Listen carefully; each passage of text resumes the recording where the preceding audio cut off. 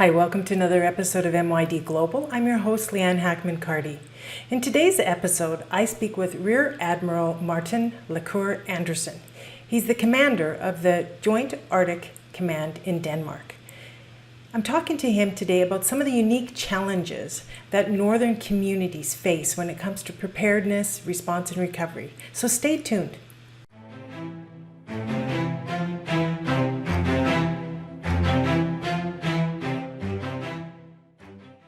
Hello, Rear Admiral. How are you today?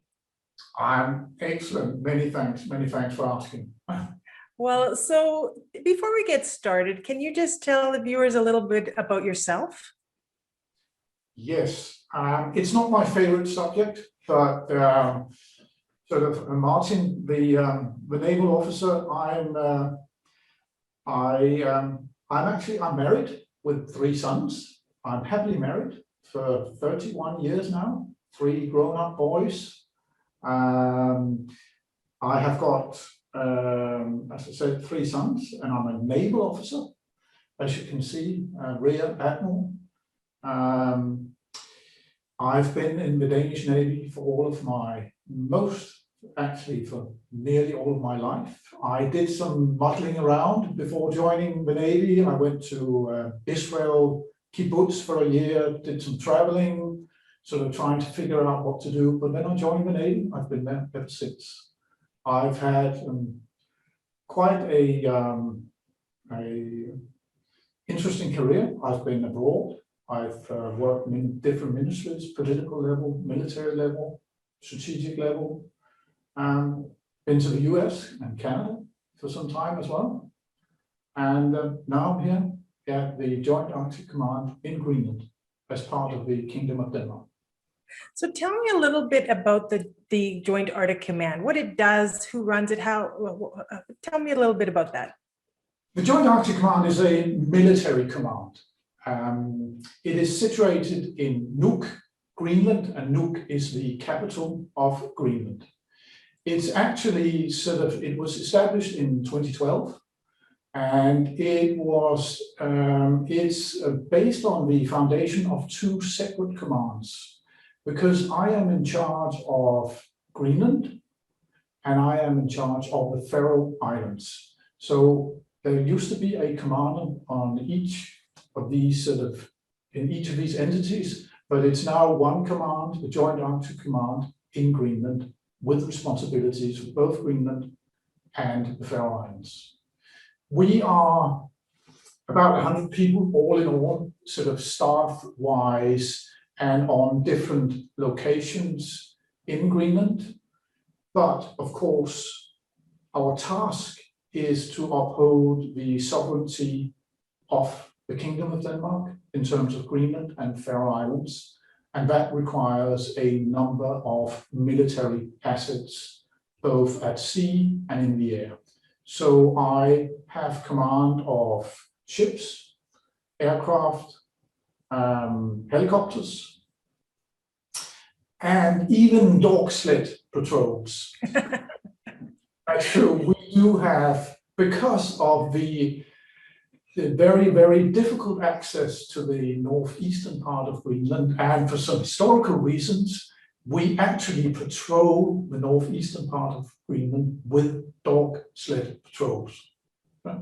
That's great. I remember years ago I was traveling and I said it was from Canada, and they said, "Oh, do you have a dog sled?" And I'm like, I'm in an urban area, but we do in the north as well. And it's practicality, right? It's not easy. There's no roads. We have, and these dog sleds were actually established because of an ally and a friend, i.e. Norway, to name names, claimed that we did not patrol the northeastern part of Greenland. So they said it's Norwegian territory. That's why we established the dog sled patrols, and they've been there more or less ever since. And we do that on a regular basis. Yeah? So that's great. Sovereignty. Oh. So in your opinion, what are some of the important issues that you're working on at the Joint Arctic Command? Especially, yeah, go ahead. Yes. As a military command, of course, sort of readiness and preparedness is what we do. It's always a priority. But I would say, given the unique environment we sort of find ourselves in the Arctic, collaboration is very much part and parcel of what we do. Because sort of maybe focusing on disaster response, no one can do disaster response alone. Mm-hmm. It's always a cooperation, collaboration between different units, entities, and authorities. And of course, sort of maybe coming back to being a military command, yes, we have military responsibilities. Yes, we do have a range of military capabilities, which we employ on a daily basis. But an important element in our daily tasking is also our support to the civilian society. That's both in Greenland and on the Faroe Islands. And that includes sort of a range of issues. Disaster response is one, but fishery protection and inspection, environmental control, and not least search and rescue. I have a search and rescue area which actually stretches all the way to the North Pole. Wow. So, but sort of disaster response, yes, it is part of what we do, but we do not do it alone. It's always in collaboration with the authorities in Greenland and, of course, the Faroe Islands as well when it comes to that. I would say, however, that Greenland is a case in itself, because we are talking about the Arctic. We are talking about lack of infrastructure. We're talking about unpredictable weather. We're talking about difficult communication. And so what may seem feasible and sort of easy when looking at the European continent or even sort of southern part of Canada, suddenly becomes very, very difficult in the Arctic. Yeah, it just adds on a complexity. So as far as hazards and risks that would be the main ones in your region, what would they be? If I may sort of, if I can give you an example, in 2017, there was actually a tsunami in Greenland. Yes. 4 people lost their lives, including a young family where they saw the water coming, and they went, I can't remember, this was first or second floor in their house, thinking they were safe, but the tsunami took the whole house to sea, and they all lost their lives. And this tsunami was caused by movement of mountains, basically. And these mountains, they move and they still move. So we are now in the process of monitoring, i.e., how much do they actually move? And that is part of preparedness, i.e., can we foresee a potential new tsunami simply because of new movement of mountains? But coming back to sort of the challenges, how do you deal with a tsunami in the Arctic, in a remote place? Luckily, if I may use that word when it comes to a tsunami with lives lost, but it was during the summertime. So we could get ships in, we could get helicopters, we could get support from Denmark, i.e. mainland Denmark, and which is the sort of the Danish equivalent of the US FEMA. So that's what we basically did. But this was a military operation in itself. And you could say, compared to what people normally associate with a tsunami, this was small, but it still took lives. It still sort of more or less destroyed several towns. One of the areas of disaster response where we are looking very much at our readiness and our preparedness, should there be a second tsunami. Another thing, you might not, you might find it difficult to imagine, but wildfires can be an issue in Greenland as well. We've had wildfires out of control, which require outside assistance. Mm-hmm.